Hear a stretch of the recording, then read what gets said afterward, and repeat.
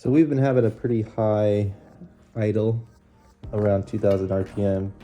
So today we're just gonna be taking off the throttle body, cleaning that IACV valve, and going from there. First thing we need to do is just kind of take all the residual things off. So we're gonna remove the battery, take out the intake box, take out the intake manifold cover.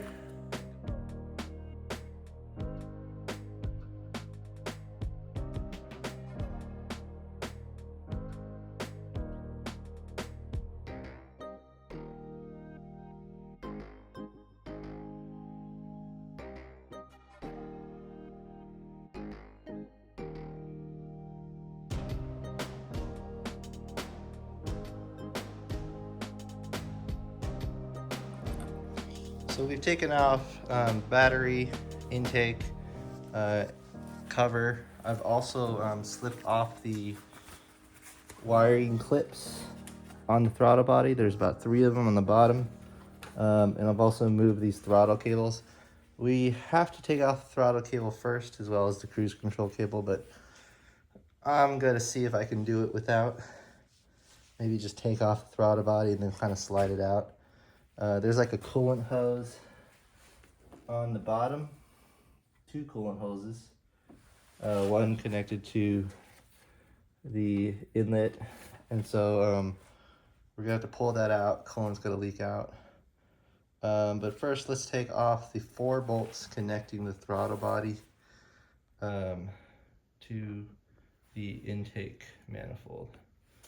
And so those 4 bolts are pretty much, it's actually 2 bolts that are crisscross. One bolt here, 1 bolt there, and a nut on this top part and a nut at the bottom. So that's what we're gonna have to do right now. So before we slide the throttle body off, we're gonna actually take off the 2 coolant hoses. And so those 2 coolant hoses are right underneath these throttle cables. This hose here and this hose at the bottom. There's 2 clips. We're gonna take some needle nose pliers and just kind of pull it or pry it out. And then I'm gonna try to get a rag because it's gonna get real wet real fast.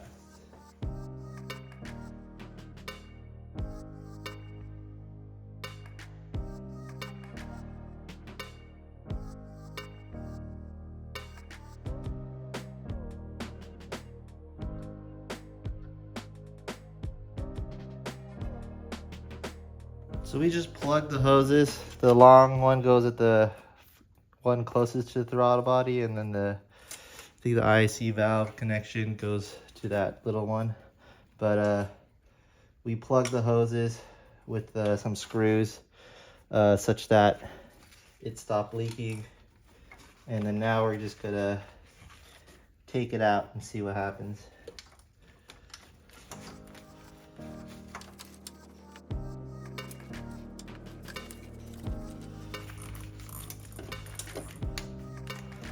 So we pretty much slid the throttle body out.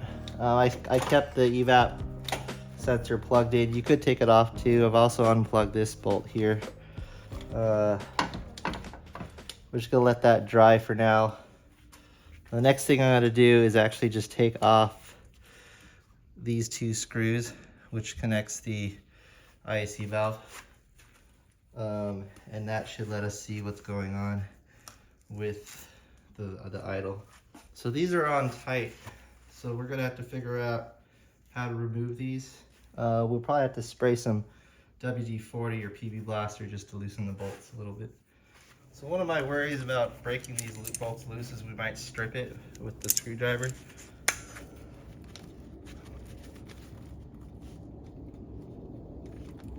So this is working. Basically, I gripped the vice grip to just loosen the bolts a little bit.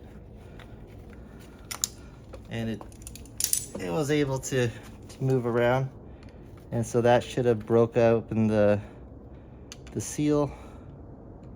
So at this point we can spin it and the bolts come out without damaging the screw any more than it needs to. So that's out. So at this point we're going to try to do the same with this side. And that broke the seal. Same deal. We can now spin it cleanly. So, just a technique to break open these screws if you have trouble. I think the WD might have worked into it, but really these locking pliers grabbing it will do the job. So we just took it out, and this is the IAC valve, has the gasket on it. We're just gonna clean it out with some brake clean, and we should also change out the throttle body and just clean that inside as well. So at this point I've cleaned the IAC valve in the inside, sprayed it with some brake clean, took a electric wire brush and just kind of went around it. So this is pretty much done. I'm gonna let it dry for a little bit. But while we're at it, I'm gonna do the same with the throttle body. Just kind of clean it out. I'm gonna spray a little brake clean throughout it, and just kind of take a little wire brush to go in it.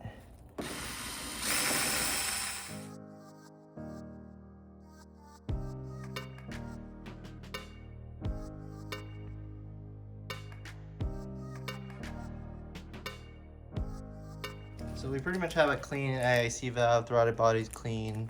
We took a wire brush, cleaned the inside, sprayed brake clean all over, so all the little gunk is gone. I'm not sure if that's gonna fix the idle, but it's a good start. The other thing we're gonna do is change out the gasket for the IAC valve sitting here. So the part number is 16456 PND A01. And then we're also gonna change out the hardware for it as well. So let me show you guys the example of old versus new. This is the old gasket, and this is the new one. It's much firmer, and this is pretty brittle. I'm not sure if that's the reason why things are going wrong, but while we're in here changing out the rubber, always good to fix everything. So we're just gonna put the gasket in. Now we have the existing IAC valve. You can see it's not perfect, but it's a little more shinier in the inside. Took the wire brush, cleaned it out as much as we could. There's less gunk. And we're gonna just match everything back into place. We'll just rest it on top and then put the screws in.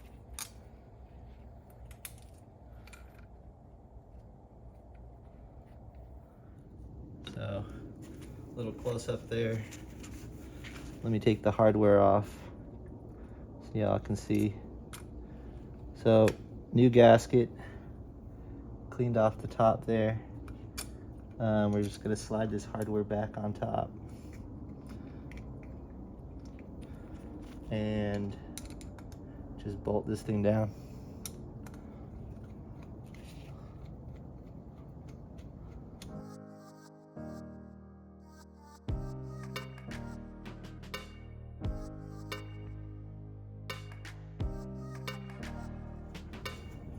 So we should be able to reuse the throttle body gasket. It's not torn or anything. I'm just gonna wipe it off so it's clean from any residue. So all we're gonna do now is just slide it back. So I'll zoom back out, and you're just gonna see me put everything back into place.